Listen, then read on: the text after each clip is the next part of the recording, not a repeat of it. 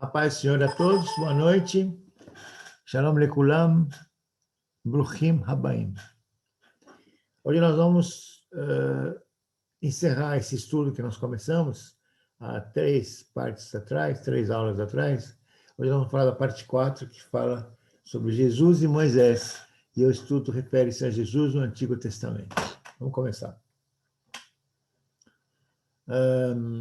O que nós vimos até agora mostra claramente que Jesus está presente e ativo em toda a Bíblia a partir da criação. A partir da primeira palavra, a primeira ideia, Bereshit, né? E no princípio. Jesus está em Abraão, nos 3 patriarcas, Abraão, Isaac e Jacob, que é Abraão, Isaac e Jacó. Jesus é o próprio tetragrama. Tetragrama é o nome de Deus em hebraico, que não existe nome pronunciável. Então, tetragrama, ele representa Deus, que não tem pronúncia. São 4 letras que representam o nome de Deus, que é Yud, Rei, Vav, Rei, Yud, Rei, Vav, Rei. Ele vem das 3 letras, 3 palavras que são será, foi e sou, que indica claramente que é o próprio Jesus. Jesus é o dono do tempo. Para ele não existe tempo, passado, futuro. Para ele tudo é o eterno presente. Portanto, ele é, ele foi e ele será eternamente presente com nossa vida. Vamos falar de Jesus, então. Desculpa, vamos falar de Moisés, então, um pouquinho. Moisés é o personagem mais importante do Antigo Testamento. Moisés, em hebraico, é chamado Moshe. Moshe quer dizer tirado ou retirado da água. Isso foi tirado desse versículo que fala da filha do faraó, que adotou como filho, porque das águas eu tirei. Queria dizer para vocês, para efeito de informação, que ele morreu exatamente aos 120 anos, sem poder ver a terra prometida. Mas esse é assunto que a gente pode falar outra hora. Agora vamos começar então para ver as referências bíblicas, com referência a Moisés e Jesus. Você sabe que o Pentateuco, que são 5 primeiros livros, foram escritos por Moisés e ditados diretamente por Deus, né? Portanto, tudo aquilo que está escrito no Antigo Testamento foi ditado diretamente por Deus. Então vamos ver o que está escrito em Deuteronômio. Deuteronômio diz o seguinte: eis que lhes suscitarei um profeta no meio de seus irmãos. Está falando do povo israelita. Ele vai suscitar um profeta no meio dos irmãos dos israelitas. Quem que vocês acham que seria esse? E que ele lhes falará tudo o que eu lhes ordenar, que eu lhe ordenar a ele, né? Quem vocês acham que ele está falando? Claro que, sem dúvida, é Jesus. E quando a gente vai, então, no Novo Testamento, a gente vê que Jesus diz: se vocês crescem em Moisés, crereis também em mim, porque de mim escreveu ele, Moisés escreveu de mim. Moisés recebeu um chamado, né? Todo mundo sabe, Moisés recebeu um chamado para libertar um povo dele. Que povo é esse? Esse povo que estava na escravidão. Mas onde é que surgiu esse povo? Já pensaram um pouquinho nisso? Hoje eu vou dar uma pré-anunciada sobre como é que surgiu esse povo, né? Não sei se alguém de vocês tem interesse, mas pensa um pouquinho. De onde é que surgiu esse povo lá no Egito? De onde é que surgiu tudo isso, né? Esse povo ele é descendente dos 3 patriarcas, claro, de Abraão, Isaac e Jacó. Eles que foram levados ao Egito através do filho de Jacó, aquele que nasceu quando ele estava velho, que teve mais 2 filhos, que é José e Benjamim, né? Benjamim. E chega lá, eles vão lá para o Egito, e eles se acomodam, né? E eles passam a viver ali como escravos depois de uns anos, né? E quando Moisés chega nesse ponto, o povo já estava mais ou menos contado em 600.000 homens. 600.000 homens, mais mulheres e crianças, é previsto mais ou menos um total de 3 milhões de pessoas. Aqui está um resumo que nós já passamos na última aula, no último estudo, que mostra o seguinte: os patriarcas são Abraão, Isaac e Jacó. Abraão teve 2 filhos, Ismael e Isaac, né? Todo mundo conhece a história de Isaac, né, que foi chamado para ser sacrificado, mas hoje não é o assunto. O Ismael dá origem aos povos árabes e o Isaac dá, então, origem aos povos, ele que dá origem aos povos hebreus. Isaac teve Isaú e Jacó, que é o filho predileto de Isaac, né? Ele passa a ter o quê? 12 filhos homens, e esses 12 filhos homens formam as 12 tribos de Israel. E quando ele estava velho, ele tem ainda José e tem Benjamim. José, Benjamim, ele teve na velhice, nós vamos falar um pouquinho melhor sobre eles. Então, vamos continuar. Que povo, então, nós estamos falando? De onde é que surgiu esse povo? Então, foi formado pelas 12 tribos, como nós falamos, e quando eles chegaram a José, vocês conhecem um pouquinho a história, né? Então, vamos tentar dar uma resumida. Ele nasceu, ele foi o queridinho do pai dele, de Jacó, né? E os irmãos ficaram com muitos ciúmes e ficaram com raiva dele, e até que ele teve um sonho dizendo que foi interpretado que ele seria o líder, que eles iriam se curvar perante ele, e os irmãos ficam com mais raiva e resolvem, de repente, matar o irmão, né? E saem com ele para poder matá-lo, querem jogar ele no poço, enfim. Resumindo, passam os mercadores, eles resolvem vendê-lo para os mercadores, venderam para os mercadores, ele foi parar no Egito como escravo, foi na casa de Potifar, depois do Potifar ele foi comandando a casa dele, até que a esposa se engraçou com ele, achou ele bonitinho, porque ele era novo, jovem, esbelto, e tentou seduzi-lo, e ele resistiu e não cedeu, e quando ele foi acusado pela esposa de Potifar, ele não disse nada, acabaram levando ele para a cadeia, lá na cadeia ele foi sendo o primeiro na cadeia, foi comandando a cadeia, até que ele interpretou o sonho de um deles. Enfim, vocês conhecem mais a história. Ele falou que quando você for para o Egito, ele era copeiro do Egito, de Faraó. Quando ele foi solto, ele falou: quando chegar no Faraó, não esqueça de mim, lembra de mim, fala para o Faraó de mim.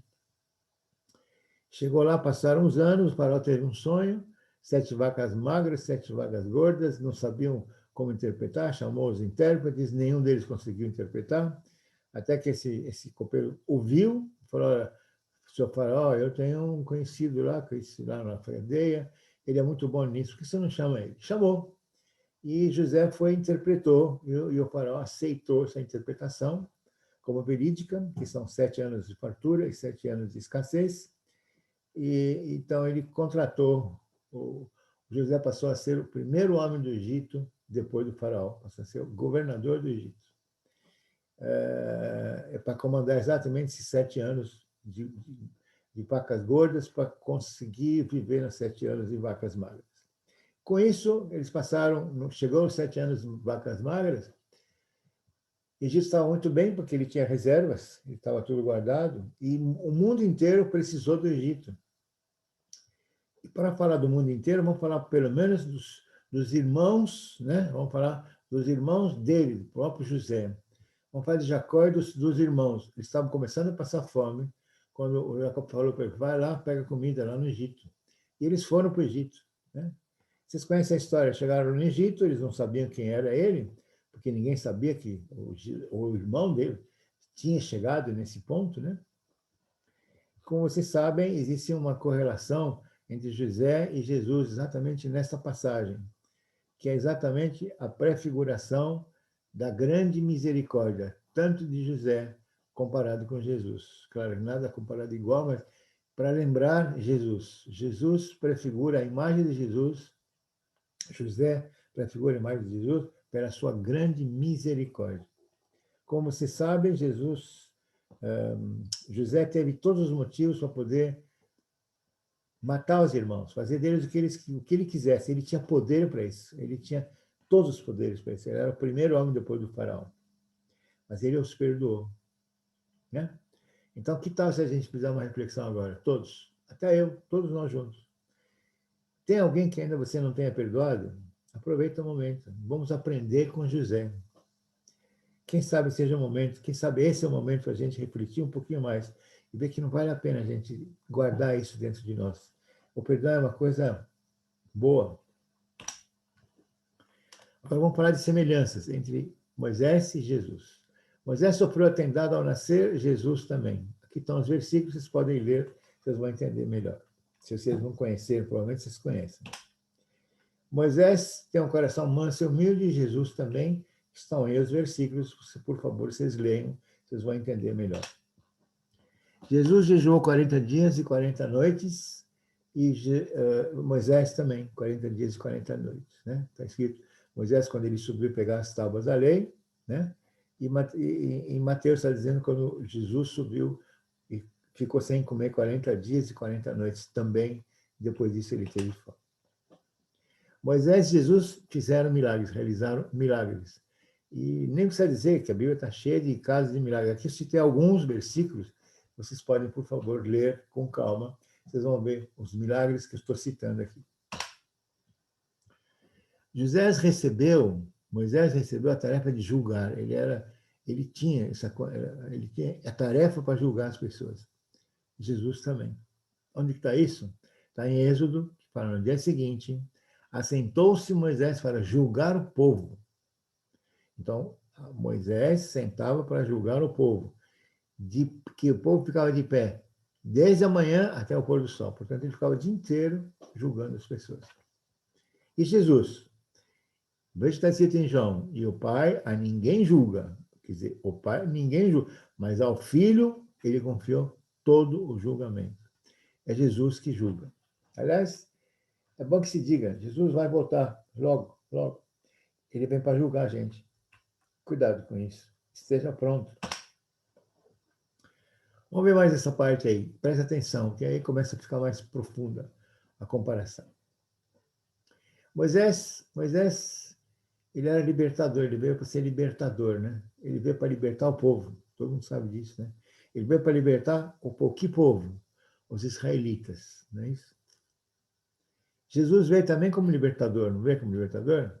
Mas Jesus veio para libertar que povo? Jesus veio para libertar a humanidade inteira.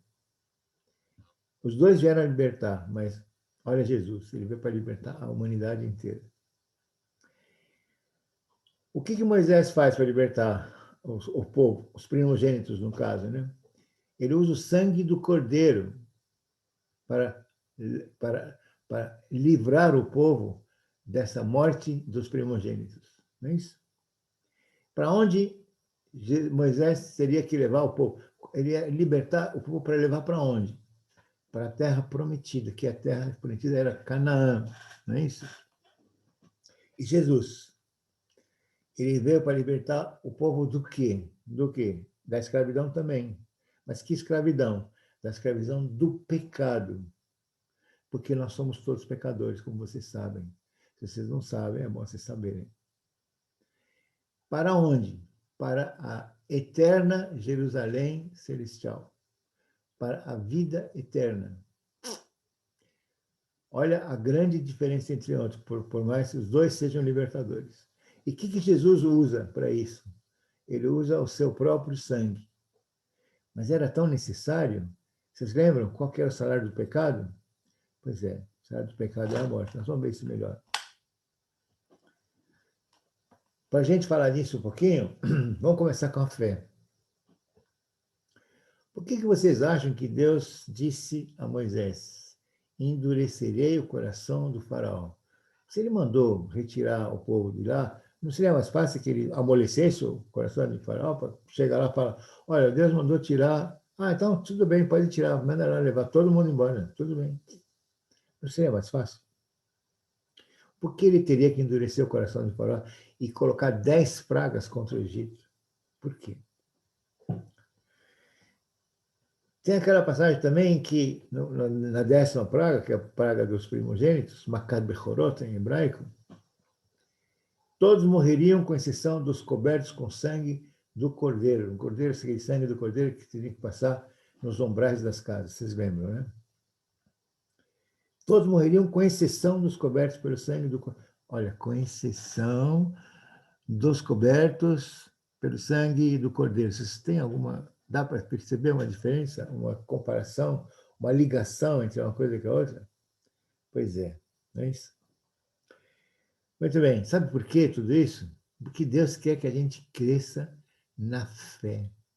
Deus fazendo tudo isso acontecer, com as 10 pragas acontecendo, Deus quer que o povo cresça, porque ele disse para que vocês crescem que eu sou o Deus. Deus quer que a gente acredite que ele é o Deus. Deus quer que a gente cresça na fé e crescemos de que ele é o Deus. Porque só pela fé conseguiremos entender que ele venceu a morte. E por vencer a morte, a gente tem certeza que ele vive ainda hoje. Ele vive, Jesus vive. Vamos falar da Páscoa um pouquinho? Depois nós vamos falar sobre os sacrifícios. Existem 3 elementos essenciais da Páscoa judaica: pão sem fermento, matzá, ervas amargas, maror e carne de cordeiro. Né? Nós vamos falar sobre cada um deles. Nós vamos começar a falar primeiro da ideia do sacrifício. Vamos pegar esse versículo que diz o seguinte: naquela noite comerão a carne assada no fogo, com pães ázimos e ervas amargas. Não comereis do animal nada cru, nem cozido, mas assado ao fogo, cabeça, pernas e fressura. Veja a importância do sacrifício. Veja, não, tem que ser, não tem outra saída. O sacrifício é primordial, tem que ser. Não pode comer nada cru desse cordeiro, não pode, nada cru. E tem que ser assado, tem que ser no fogo, está bem claro, no fogo. Pega a sua Bíblia, você vai ver que está escrito exatamente isso. Portanto, a importância do sacrifício. Vamos começar a analisar, então, os elementos. Segundo, vamos começar pelo segundo, que é ervas amargas. Ervas amargas representam o sofrimento dos judeus no Egito, dos israelitas no Egito, não é isso? Isso pronuncia o que em relação a Jesus? A cruz do Calvário por amor incondicional. Ervas amargas. É o que Jesus passou por ervas amargas. E quero lembrar esse versículo. Meu Pai, se possível, passe de mim este cálice. Todavia, não seja como eu quero, mas que sim como tu queres. Vamos pegar o terceiro elemento, que é o Cordeiro de Deus. Tem que ser sem nenhum defeito, está escrito lá, né? Já li para vocês. Sem nenhum defeito. Jesus não tinha nenhum pecado. É o único na humanidade que não tinha nenhum pecado. Era necessário que o Cordeiro desse a sua própria vida, que fosse sacrificado. Era necessário, porque o salário do pecado é a morte, conforme fala em Romanos. Agora vamos falar do primeiro elemento, que eu considero mais profundamente analisável, né? O primeiro elemento é fermento. Quando a gente fala de fermentos, fala, puxa, o pessoal do Egito, os judeus falam, a gente come matzá, que é pão sem fermento, porque não deu tempo de fermentar o pão ao sair do Egito. Mas pensa um pouquinho. O que o fermento tem a ver com essa história de Pêssego? Por que é tão importante falar sobre isso? Sabe por quê? Quando a Bíblia cita fermento, ela normalmente cita o fermento junto com o pecado. O fermento representa o pecado em toda a Bíblia. Quando é citado o fermento, pode escrever. Está se falando de pecado. O que o fermento faz? Se você pensar um pouquinho, o que o fermento faz? O fermento só incha, ele infla. Ele infla, mas não acrescenta. Ele não acrescenta absolutamente nada. Ele só incha. Uma pessoa que é inflada, ela só fica maior em tamanho, mas não diz nada, não acrescenta nada à pessoa. A ausência de fermento, quando se fala comer pão sem fermento, representa que você viva sem pecado, tenha uma vida sem pecado. É isso que a mensagem é essa. Para de se inflar, para de se encher, para de se engrandecer com essas coisas materiais. Então, sem fermento é viver sem pecado. É viver sem pecado, ou melhor dizendo, viva se preparando para a chegada do Senhor Jesus. E para isso você tem que tirar todo o fermento de dentro de você. Você tem que se desfazer daquilo que te incha. Não é isso? Na última ceia dos israelitas está escrito: dessa maneira o comereis. lombos cingidos, sandálias nos pés e cajado na mão, como Eloís, a pressa é a Páscoa do Senhor. Pessoal, meus irmãos, queridos, amados, Deus quer uma atitude imediata. Deus está nos dizendo, não perca tempo, faça agora. Quando chegar a hora, vai ter que ser assim, lombos cingidos, sandálias nos pés e cajado não. Comer com pressa e sair correndo, porque é a Páscoa do Senhor. Eu não sei quando vai ser esse dia, mas está chegando. E nós temos que estar prontos para esse dia. É isso. Agora vamos falar da última ceia de Jesus. A Santa Ceia. Jesus aponta para dois elementos, o pão e o vinho. O pão que representa o corpo de Jesus e o vinho que representa o sangue de Jesus. Né? O pão representa quem comer, representa o corpo de Jesus, quem comer terá a vida eterna, conforme está escrito. E o vinho representa o sangue, que representa a nova e eterna aliança. E quem beber também participará da vida eterna. Por isso que Jesus nos diz, coma a minha carne e beba o meu sangue para lembrar da saída do Egito e da morte desta vida para a vida eterna. Presta atenção, e da morte desta vida para a vida eterna. Ou seja, temos que morrer dessa morte, dessa vida. Essa vida que a gente fala, a vida física, isso todos nós vamos morrer um dia. É isso, né? Tudo isso que eu falei até agora é representado pela palavra. Tudo que eu falei é a palavra. Porque o verbo é a palavra mais, o verbo é a palavra mais ação. O verbo se fez carne. O verbo, a palavra, Jesus, se fez carne e veio habitar entre nós. Cheio da graça de verdade, e vimos a sua glória. Glória como do unigênito do Pai, de Jesus. Por isso, meus amigos, nós temos que nos alimentar sempre da palavra. A Bíblia está aí com você. Comece a usar mais, leia mais, aproveite mais, estude mais, examine mais as Escrituras, porque, olha, é só a palavra que nos alimenta. Agora, eu quero que você preste muita atenção. Se possível, coloque a mão no coração e receba isso como uma oração, valendo para encerrar a nossa participação nesse estudo que estamos chegando no final da quarta aula, da quarta parte. Meus irmãos, Jesus veio e vai voltar. Vai voltar. E não vai ser daqui a muito tempo, ele vai voltar breve. Jesus veio em forma de homem, como você, como eu. Ele deu a sua própria vida para salvar a você, a eu, a humanidade inteira. E ele voltará um dia, não sei quando.